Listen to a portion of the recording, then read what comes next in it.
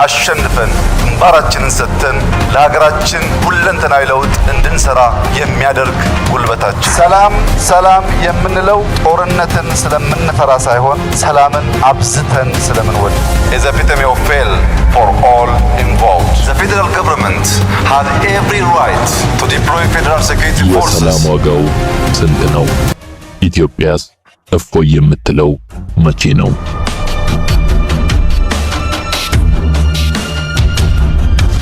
የተባበሩት መንግስታት ድርጅት እንደሚገልጸው ሰላም የዓለማችን እጅግ ውድና መተኪያ የሌለው ሀብት ነው።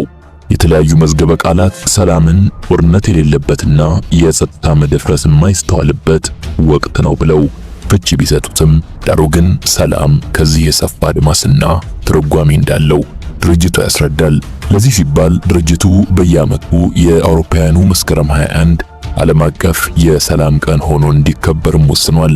በተባበሩት መንግስታት ድርጅት ትርጓሜ መሰረት ሰላም ከግለሰብ አእምሮአዊና ስሜታዊ መረጋጋት ይጀምራል። የሰዎች ስሜት መደፍረስም ሆነ አእምሮአዊ መናጋት በግለሰብ ደረጃ የሰላም እጦት እንደሚያስከትለው ሁሉ ግጭት፣ ስጋት፣ የጸጥታ መደፍረስ ወይም ጦርነት አጠቃላይ ማህበረሰብን ብሎም ሀገርን ለሰላም እጦት ይዳርጋል።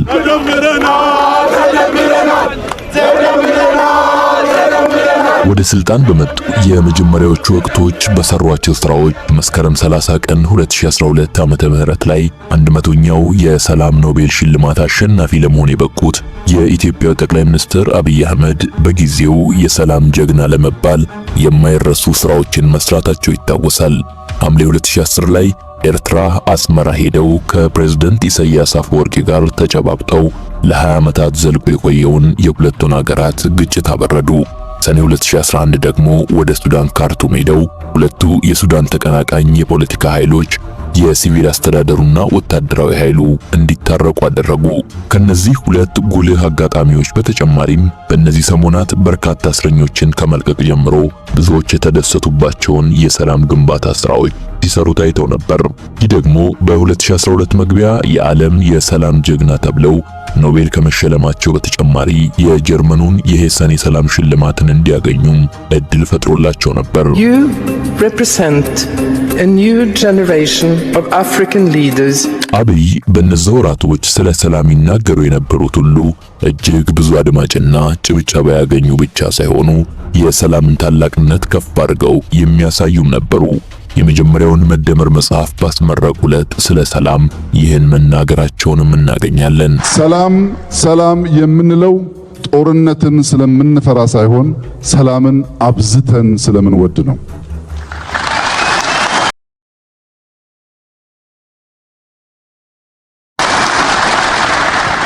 ጦርነት ጥፋት ነው።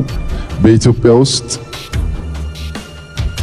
ተነሱ እንዋጋ ካልን በኋላ የሞተውን የመቁጠርና የመናገር ልምድ ስለሌለን ነው እንጂ ከወንድም የኤርትራ ሕዝብ ጋር ተጣልተን ያጠፋነው ሕይወት ራሱ በታሪክ ውስጥ ከፍተኛ ቁስል ነው።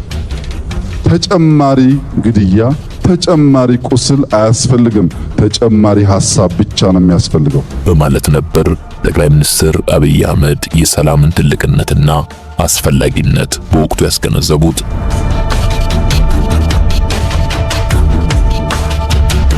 የዓለም ሰላም ጀግና ተብለው በጊዜው ሲሸለሙና ሲከበሩ የነበሩት ጠቅላይ ሚኒስትር አብይ በሚመሯት ኢትዮጵያ ከዚያ ወዲህ ግን ብዙ አይነት ቀውስና ምስቅልቅል ተፈጥሯል።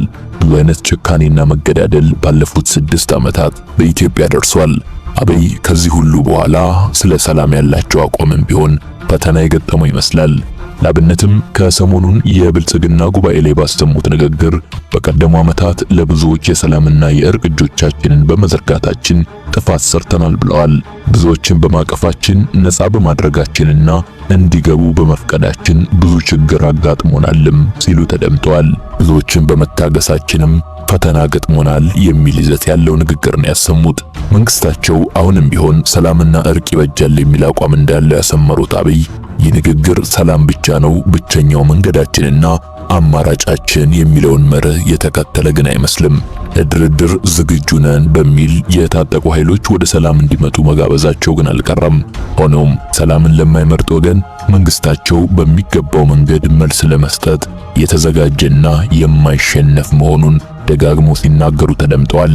በዚህም አብይ ከዚህ ቀደም ኤርትራ አስመራ ድረስ ሄደው የኢሳያስን እጅ እንደጨበጡት ሁሉ ዛሬ ላይ ከዘመነ ካሴ ወይም ከጃልመሮ ከደብረ ጽዮን አሊያም ከሐሰን ሼክ ጋር ለመጨባበጥ ያላቸው ፍላጎትና ዝግጁነት ጥያቄ ውስጥ መግባቱ ይታያል። የሚቃጣብንን ጥቃት ረተን አሸንፈን ግንባራችንን ሰጥተን ለሀገራችን ሁለንተናዊ ለውጥ እንድንሰራ የሚያደርግ ጉልበት ጭፍራንና ቡርቃን እንይዛለን። የኢትዮጵያ ነጻነት እስኪረጋገጥ ወደ ኋላ አንልም። ምንፈልገው እኛ ሞተን የምትቆም ኢትዮጵያን ማየት ነው። ምንፈልገው ወይም ኢትዮጵያዊ መሆን ነው ወይም ኢትዮጵያ መሆን ነው። ይሄን ደግሞ በድል እንደምናሳካ እርግጠኛ ነን። ህዝባችን ከጎናችን ነው። በውጭ ያሉ ወንድሞቻችን ባላቸው አቅም እየጮሁ ነው። ምሁራን እየጮሁ ነው።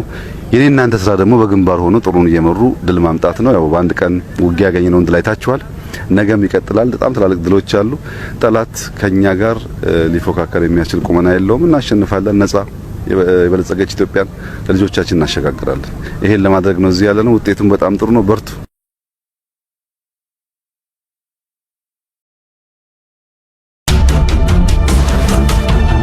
አብይ በዚያች ሰዓት war is epitome of fail for all involved። አርብ ጥቅምት 1 ቀን 2012 ዓመተ ምህረት ኢትዮጵያውያን በጉጉት የሚጠብቁት ቀን ነበር። የሀገሪቱ መሪ ጠቅላይ ሚኒስትር አብይ አህመድ የዚያን ዕለት በኖቤል ድርጅት የሰላም ሽልማት አሸናፊነታቸው የታወጀበት ቀን ነበር። ገና ወደ ስልጣን ከመጡ 2 ዓመታትን ያልደፈኑት መሪ ለዚህ ሽልማት አሸናፊነት መብቃታቸው ለኢትዮጵያውያን ብቻ ሳይሆን ለመላው ዓለምም ተጠባቂ ዜና ነበር። አብይ ሽልማቱን ማሸነፋቸው ሲበሰር የነበረውን ስሜት በኖርዌይ ሽልማቱን ማብሰሪያ ቦታ ከተከታተለው ኢትዮጵያዊና 4 ኪሎ ቤተ መንግስት ከአብይ ጎን ሆኖ ዜናውን ከሰማው ሰው በተሻለ ሊያስረዳ የሚችል ደግሞ የለም። በዚያች ሰዓት የአብይና የኢትዮጵያ ስም በድል ሲጠራ የነበረውን ድባብ ኖርዌይ ከሚገኘው ዶክተር ግሩም እንዲሁም በጠቅላይ ሚኒስትሩ ጽሕፈት ቤት ከነበረው መዋዘ ጥበባት ዳንኤል ክብረት አንደበት እንደሚከተለው እናጋራችሁ። በኖርዌይ ነዋሪ ሆነውና ጠቅላይ ሚኒስትር አብይ አህመድን ለታላቁ የኖቤል ሰላም ሽልማት ያሳጨው ኢትዮጵያዊው ዶክተር ግሩም ዘለቀ የሽልማቱ ቀን ከስራ ቀርቼ ነበር ውጤቱን ስጠባበቅ የነበረው ይላል። የዚያን ቀን የማስተምረው ክፍለ ጊዜ ቢኖርም ተማሪዎቼን ይቅርታ ጠይቄ በቀጥታ ወደ ኖርዌዩ የሰላም ኖቤል ተቋም አመራው። መግለጫው ከሚሰጥበት ቦታ ሆኜ ውጤቱን በቀጥታ መስማት ቀጠሉ። መግለጫውን የሚሰጡት ሴት ዝግ ብለው ነበርና የሚናገሩት ውጤቱን ለማወቅ የበለጠ ጓጓው። በስተመጨረሻ አብይ አህመድ ኢትዮጵያ ሲባል የሆነ የማልገልጸው ስሜት ነበር የተሰማኝ። ወደ ቤት ተመልሼ ከጓደኞቼ ጋር ደስታዬን እስካጣጥም መግለጽ የማልችለው አይነት ልዩ ስሜት ነበር የወረረኝ በማለት ነበር ዶክተር ግሩም የአብይ የኖቤል ሽልማት አሸናፊነት በተበሰረ ሰዓት የፈጠረበትን ስሜት ያካፈለው። መላው ዓለም አብይ የኖቤል ሰላም ሽልማት አሸናፊ መሆናቸውን በቀጥታ ሲከታተል እሳቸው በዛን ዕለት በስራ ተጠምደው ነበር። ሰሩት የነበረው ስራ ደግሞ ለዚህ ሽልማት ካበቃቸው አንዱን ጉዳይ ነበር።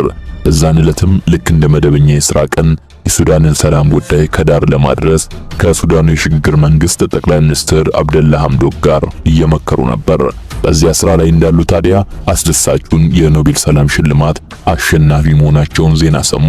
በወቅቱ የነበራቸውን ስሜትና በቦታው የተፈጠረውን ድባብ መዋዘ ጥበባት ዳንኤል ክብረት ሲናገር እንዲህ በማለት ነው። ጠቅላይ ሚኒስትር አብይ አንድ ጉዳይ ሳይጨርሱ ወደ ሌላ አይሄዱም። የጀመሩትን ጉዳይ ሳይጨርሱ በሌላ ጉዳይ ብዙ መነጋገርና ማተኮር አይፈልጉም። እንዲህ ያለውን የሚከበር ጉዳይ ለመቀበልም ሆነ ለመስማት በጣም ትሁት ናቸው። ሆኖም ትኩረታቸውን በአንድ ጊዜ አንድ ጉዳይ ላይ ነው ማሳረፍን የሚመርጡት። ዜናውን ሲሰሙም በቃ እኛ ሰራን፣ ለመሸለም አይደለም የሰራነው፣ ከመጣ ደግሞ እናመሰግናለን ነበር ያሉት። እሳቸው ሽልማቱን ልክ እንደ ዕዳና ቀብድን የቆጠሩት ለሀገርም ሆነ ለዓለም ወደፊት ብዙ የሰላምና የአንድነት ሥራ ለመስራት ከህዝብ እንደተከፈለ ቀብድ አድርገው ነበር የቆጠሩት። በግሌ በጣም ነው ደስ ያለኝ። አንዳንዴ ደስታንም ሆነ ሐዘንን ለመግለጽ ቋንቋ በጣም ደካማ ይሆናል። የእርሳቸውን ጥረት በቅርበት አያለሁ። ፍላጎታቸውንም ለመረዳት እሞክራለሁ። ብዙ ጊዜ ራዕያቸውንም በተለያየ መንገድ ሲገልጹ ታያለሁ። በእኔ ዕውቀት ልክ እንዲህ አይነት ታላቅ ሽልማት ይገባቸዋል ብዬ ከማስባቸው ሰዎች አንዱ እሳቸው ናቸው። መጽሐፍ ቅዱስ ላይ ወደ ወገኖቹ ግን መጣ፣ ወገኖቹ ግን አልተቀበሉትም የሚል ቃል አለ። አንዳንዴ ጥረትህን በቅርበት የሚያውቅህና በርቀት የሚያውቅ ሰው ሲመዝነው ይለያያል። ወጣ ስትልና ቀረብ ስትል ነገሮችን የምትመዝንበት መንገድ ከስሜት የመራቁና የማመዛዘኑ ሁኔታ ይለያያል። ያ ነገር የእርሳቸውን ሥራ ለመመልከት ልዩነት የፈጠረብን ይመስለኛል። ሆኖም እኔ በቅርበት ስለማውቀው ለዚህ ጥረታቸው መሸለማቸው እጅግ ደስ ነው ያሰኘኝ። ጠቅላይ ሚኒስትር አብይ ለዚህ ሽልማት መብቃታቸው በእኔ እምነት ወደፊት ለሚሰሩትም ሥራ ትልቅ ኃላፊነት፣ አደራና ሸክም የጣለባቸው ይመስለኛል በማለት ነበር ዲያቆን ዳንኤል ሐሳቡን በዝርዝር ያጋራው።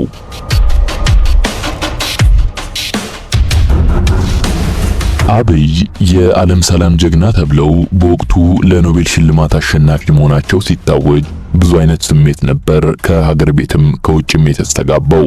ከነዚህ መካከል ደግሞ የአፍሪካ ዳያስፖራ ፎረም ቃል አቀባይ አሚር ሼህ የተናገሩትን እናስታውሳለን። አሚር አፍሪካውያን በተለይም በሰላም ማጣት የተጎሳቆሉ የምስራቅ አፍሪካ ህዝቦች የሰላም ዋጋ ትልቅነትን ጠንቅቀው እንደሚገነዘቡ ይናገራሉ። አፍሪካውያን ከጦርነት ዜና ተላቀን ስለ ሰላም ማውራት የጀመርነው በአብይ አህመድ የሰላም ስራዎችና የኖቤል ሰላም ሽልማት አሸናፊነት ነው ሲሉም ይናገራሉ። ጠቅላይ ሚኒስትር አብይ የሰላም ወታደር ናቸው የሚሉት አሚር ሼክ የሰላም ጀግኖች ማፍራት ከሁሉም በላይ አስፈላጊ መሆኑን በዚህ ሐሳባቸው ያሰምሩበታል። ሰውየው ሲቀጥሉም እንዲህ ይላሉ። የአብይ አህመድ ድል ለአብይ ብቻ አይደለም፣ ለመላው አፍሪካውያን ጭምር ድል ነው። ድሉ በመላው ዓለም ለሚገኙ የሰላም ወዳድ ህዝቦች ድልም ነው። በተለይም ለኛ በምስራቅ አፍሪካ ቀጠና ላለን ለረጅም ዘመናት ሰላም ስንራብ ለቆየን ወገኖች የአብይ አህመድ ድል በቀላሉ የሚታይ አይደለም። አብይ በአንድ ዓመት ጊዜ ውስጥ በኢትዮጵያ ያመጡት ለውጥ በአፍሪካ ያልታየ ብቻ ሳይሆን የፈጣሪ እጅ የታከለበት ጭምር ነው የሚመስለው። በኤርትራና ኢትዮጵያ መካከል ሰላም እንዲወርድ ከማድረግ ባለፈ በኬንያና ሶማሊያ መካከል በባህር ወሰን ይገባኛል የተነሳው ውዝግብን ፈተዋል። በሱዳን የተቃዋሚዎችንና የጦር ኃይል ባለስልጣናትን አደራድረዋል። በደቡብ ሱዳን ጉዳይም ቢሆን የሰላም ስምምነት በአዲስ አበባ እንዲፈረም ጥረት አድርገዋል። በሌላ በኩልም በኤርትራና ጅቡቲ መካከል የቆየው ቁርሾ እንዲፈታ አስችለዋል። በኤርትራና ሶማሊያ መካከል እርቅን አውርደዋል። አብይ የሰላም ወታደር ናቸው። በሩዋንዳ የሰላም አስከባሪ ሆነው ዘምተዋል። በኤርትራ ጦርነት ወቅት በግጭቱ ቀጣና በማሳለፍ ጦርነትን በደንብ ተመልክተዋል። በዚህ የተነሳ የሰላምንና አብሮ መኖርን ዋጋ በደንብ ለመገንዘብ የበቁ የሰላም ወታደር ለመሆን በቅተዋል። በአፍሪካ በእድሜ ወጣቱ መሪ በአንድ ዓመት ያመጣውን ለውጥ ማንም የአፍሪካ መሪ ሊያሳካው ያልቻለው ነው። ለኢትዮጵያ ብቻ ሳይሆን ለምስራቅ አፍሪካና ለመላው አፍሪካ ጭምር ትልቅ ለውጥ በማምጣቱና ምሳሌ በመሆኑ ይህ ሽልማት ይገባዋል። ብዙ ለውጥ በአንድ ዓመት በማየታችንም ወደፊት በሚያመጣው ሁሉ ትልቅ ተስፋ ነው ያለን። እኛ አፍሪካውያን ለረጅም ጊዜ ስለ ጦርነት ነበር ስናወራ ነው። አሁን በድንገት ግን ስለ ሰላም ማውራት ጀምረናል። አሁን ዛሬ ስለ ሰላም ማውራት መቻሉና ሰላም ለዚህ ታላቅ ክብር እንደሚያበቃ አብይ ለአፍሪካ ማሳየታቸው ለመላው አፍሪካ ታላቅ ድል ነው። መላው አፍሪካ አንዱ ከሌላው ተነጥሎ ሊኖር አይችልም፣ አይበለጽግም።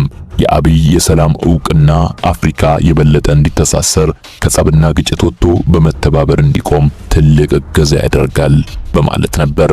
ይህ የአሚር ሼህ ንግግር ሰላም ለአፍሪካውያን ያለውን ዋጋና የአብይን የሰላም ጀግንነት የመሰከረ ነበር። ትልቁ ጥያቄ ግን ዛሬስ አብይ የሰላም ጀግና ሆነው ቀጥለዋል ወይ የሚለው ነው። መላው ዓለም በአንድ ድምፅ የሰላም ጀግና ያላቸውና መላው ኢትዮጵያውያን ትልቅ ድጋፍና ፍቅር የሰጧቸው አብይ ከ4 ዓመት በኋላ በምን አይነት የፖለቲካ ተክለ ቁመና ላይ ይገኛሉ የሚለው ለሁሉም ሰው ግምገማ የሚተው ነው የሚሆነው።